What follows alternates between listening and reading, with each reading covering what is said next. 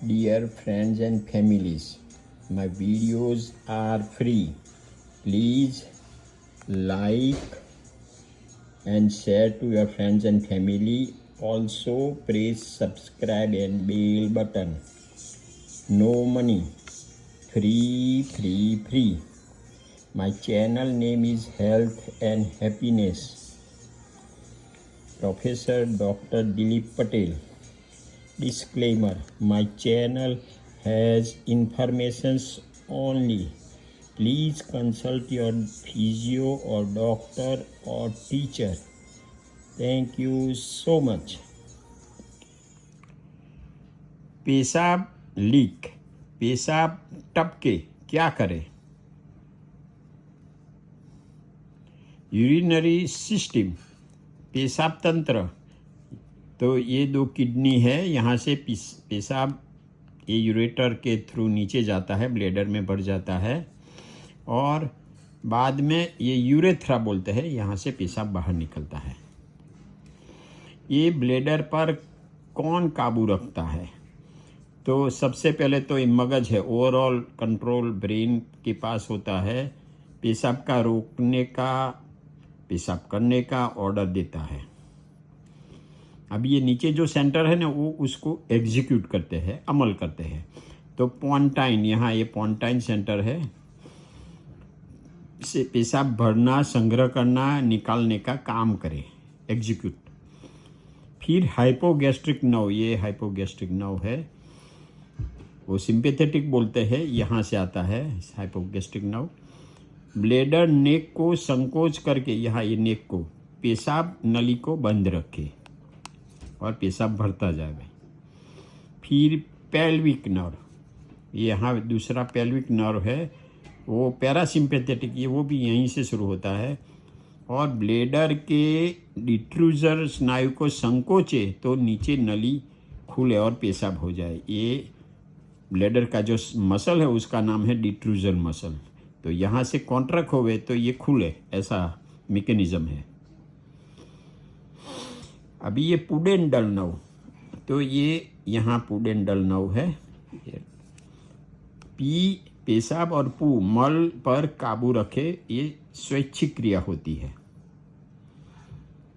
Pelvic floor muscles, ये सब नीचे से फोटो लिया है, तो ये सब मसल्स है, नीचे से सहारा देके ऊपर के अंगों को पकड़े रखे।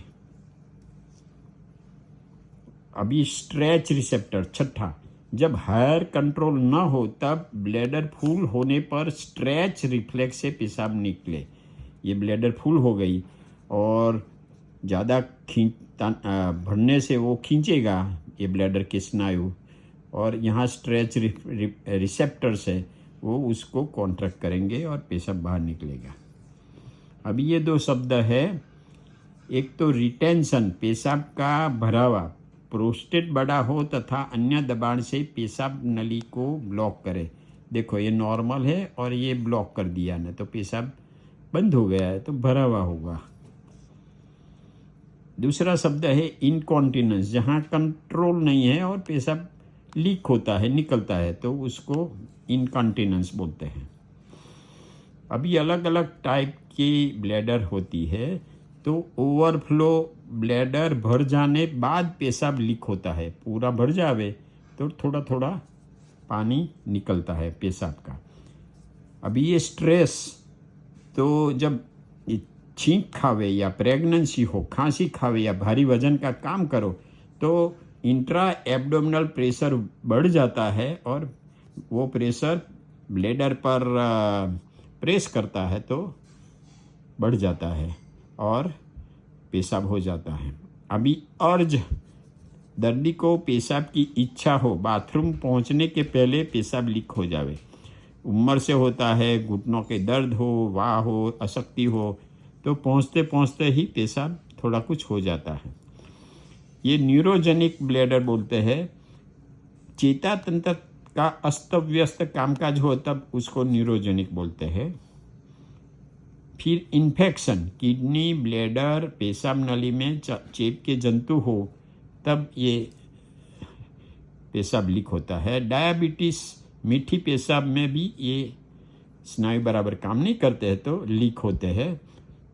नॉर्मली 99 ml पर DL जो रीडिंग होता है ब्लड शुगर हम घर में नाप सकते हैं, इसके बदले ये 250 ml पर DL ब्लड शुगर है तो ये डायबिटिक हो गए हैं, दर्दी है। ब्लेडर स्टोन, ब्लेडर के अंदर जो ये पथरी होती है ना, तब भी ये प्रॉब्लम होता है। Weakness of the pelvic floor muscles, ये पेल्विक फ्लोर मसल अगर वीक है, वो बराबर पकड़ के नहीं रखे, ये स्फिंक्टर बोलते हैं, ये पेशाब का स्फिंक्टर है, इसको बराबर कॉन्ट्रैक्ट करके न रखे तो पेशाब होता है। अभी क्या करें, तो ये फार्मेसी दवा बॉक्स पर लिखे मुजब ले, साथ में रोग की दवा आपके डॉक्टर की सलाह मुजब ले। ये जो भी है डॉक्टर की सलाह भी मुजब ही लेने का है। This is just an information, खाली माहिती है। अभी एक्सरसाइज कसरत है, तो नंबर 1 है Kegel, most important. And 4 must know fact about Kegel exercises, बराबर। ये खास करके ये पेल्विक को ऊंचा करो ना, इसको ब्रिज पोजीशन बोलते हैं। तो ब्रिज पोजीशन में रखो तो ये अगल बगल के पेल्विक के मसल काम करेंगे, कॉन्ट्रैक्ट करेंगे और आपको फ़ायदा होता जाएगा। फिर ये 6 कसरतें मैं दिखा रहा हूँ। घुटन खुला करके घुटन पर खड़े रहने का। देखो, पहले घुटन खुला किया, फिर ये घुटन पे खड़ा रहने का। दूसरी है पतंगिया जैसी स्थिति में आराम करे। ये दोनों पैर ऐसे पलाठी लगाई हो वैसा रख के आराम करने का। फिर एक पैर ऊंचा करो, एक किया, फिर दूसरा किया, ऐसा। फिर चौथा है घुटन छुट्टा रख कर थापा को ऊंचा करे। ये दोनों घुटन छुट्टा है और फिर इसको पेल्विस को ऊंचा किया। फिर दूसरा, दोनों घुटन साथ में रखा और पेल्विस को ऊंचा किया। चलने से स्नायु का टोन बढ़े तथा मजबूत बने। ये चलने से यहाँ के जो पेल्विक फ्लोर मसल है ना, वो मजबूत बन जाएंगे। ये है योगा पोजीशन, योगा पोस्चर्स। तो सुप्त बंद कोणासन, ऐसे सुप्त पलाठी जैसा लगाया है। ये सेतु बंद बोलते हैं, ऊपर उठाया। सेतु मीन्स पुल। फिर लाइन अप द वॉल, दीवार के बाजू में सोने का, और ये दीवार के टच करके पैर को रखने का। ये चाइल्ड पोज, जब बच्चा छोटा होता है तो ऐसे पोज लेता है। फिर चेयर पोज और उत्कासन, ऐसा हाफ वे आने का। कॉबलर पोज, ऐसा दोनों पैर ऐसे खुला करके और दोनों फीट को अगल बगल में रखने का। बद्धा कोणासन, ये भी इसके जैसा ही है, थोड़ा ये ऊंचा है, नीचा है। अभी हेल्दी जीवन शैली रखनी चाहिए आदमी को। बार बार पानी पीना, एक साथ नहीं, बार बार दिन में पानी पिया करो तो हाइड्रेशन रहेगा, डिहाइड्रेट नहीं होगे। और पानी के साथ पेशाब निकलता जाए। पेशाब लगे या न लगे, समयांतरे पेशाब करने की हैबिट लगाने का, तो फिर ओवरफ्लो हुआ और लीक हुआ, ये कम होता जाएगा।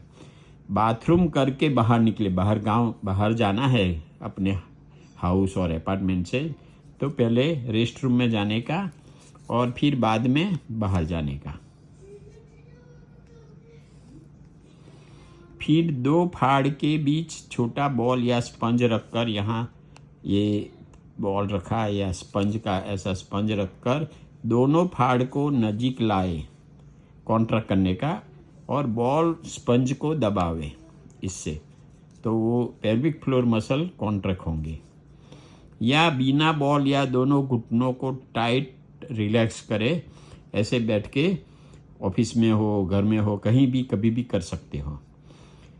कब्जियत से मल का प्रेशर आगे और पेशाब लीक हो जाता है, तो ये कब्जी है, कब्जियत कलेक्शन ऑफ फीकल मैटर है, तो वो आप कब्जियत नहीं रखो। यहाँ भी ऐसा है तो ये प्रेशर टपकता है, ये मल भरा हुआ है। ये है प्रिवेंशन ऑफ यूरिनरी इनकॉन्टिनेंस। ये सब अलग अलग